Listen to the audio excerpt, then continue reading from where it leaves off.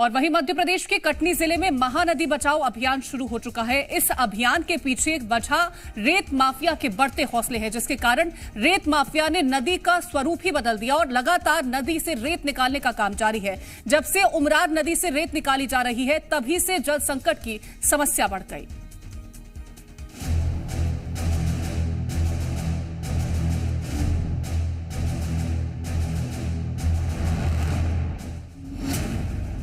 पानी को लेकर मचा बवाल, किसानों ने की नदी को बचाने की मांग। महानदी बचाने के लिए शुरू अभियान। मध्य प्रदेश के कटनी जिले में महानदी बचाओ अभियान शुरू हो गया है। इस अभियान के पीछे की एक ही वजह है रेत माफिया के बढ़ते हौसले, जिसके कारण रेत माफिया ने नदी का स्वरूप ही बदल दिया और लगातार नदी से रेत निकालने का काम जारी है। जब से उमरार नदी से रेत निकाली जा रही है, तभी से जल संकट की समस्या बढ़ गई है। माने सरकार से यह निवेदन करते हैं कि उत्खनन का रोकथाम किया जाए, और जो लोग हमारे गांव के रोकथाम कुछ बताते हैं तो उनके ऊपर धमकी दी जा रही है। कुछ लोगों के ऊपर एफआईआर दर्ज भी कराई गई है। ये जो बिस्टा कंपनी के लोग कर्मचारी लोग हैं, उन लोगों ने धमकी दे करके उत्खनन करते हैं, बोलते हैं। दो एक लोगों को माने ऊपर एफआईआर दर्ज भी कराई गई। लादाहर गांव के किसानों ने बताया कि वो नदी के किनारे तरबूज और खरबूज की खेती करते हैं, लेकिन इस बार पानी नहीं मिलने से उनकी फसलें सूख गईं और खेतों में पानी इसलिए नहीं मिला क्योंकि नदियों में खनन के कारण वो नाले में तब्दील हो गई हैं। अब ग्रामीण और किसानों ने महानदी बचाओ अभियान इसलिए शुरू किया है जिससे महानदी और उमरार नदी के अस्तित्व को बचाया जा सके। इसके साथ ही प्रशासन से भी मदद की गुहार लगाई जा रही है, लेकिन फिलहाल तो प्रशासन से उन्हें कोई सहयोग नहीं मिला है। अभी हम लोग पहले सांकेतिक धरना दिए थे, इसलिए ये लोग इनके ऊपर अनवरत प्रयास कर रहे हैं कि आप यह आंदोलन खत्म करो, नहीं हम आप लोगों के ऊपर फर्जी मुकदमा बनाएंगे।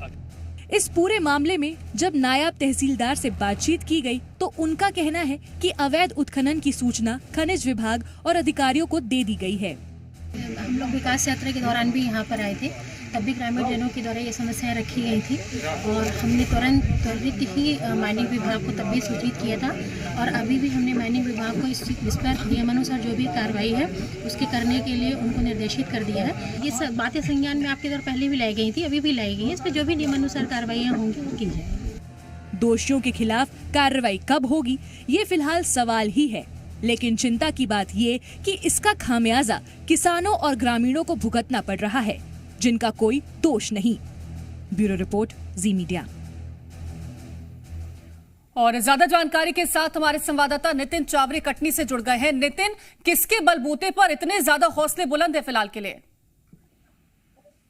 जी बताना चाहूंगा, ये पूरा तो रेत का खेल जो हो रहा है, ये पूरा एक राजनीतिक सपोर्ट के चलते हो रहा है। किसी अच्छे विस्टा कंपनी नाम की एक कंपनी रेत की खुदाई कर रही है और ये काफी समय से कर रही है।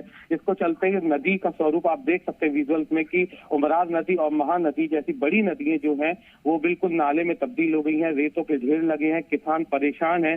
और सबसे बड़ी बात यह है कि नदी से लगे गांव में जहां पे उसका पानी हमेशा बना रहता था, 25-50 वर्षों से कुएं और तालाबों में पानी रहता था, आज की स्थिति में वो पूरी तरह सूख गए हैं।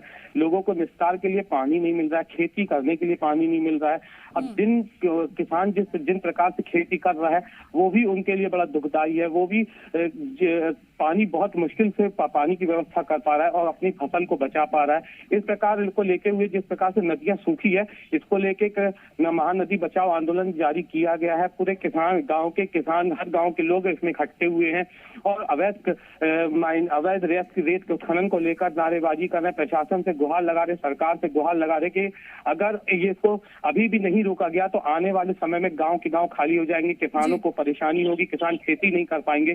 तो अभी तक किसी प्रकार का आश्वासन किसानों को मिला नहीं है। जी नितिन, जब नायब तहसीलदार को हमने सुना तो उनकी तरफ से तो साफ तौर पर कहा गया कि आपने पहले भी इसकी जानकारी दी थी और दोबारा से जानकारी दी गई है, लेकिन फिर कार्रवाई क्यों नहीं की गई अभी तक?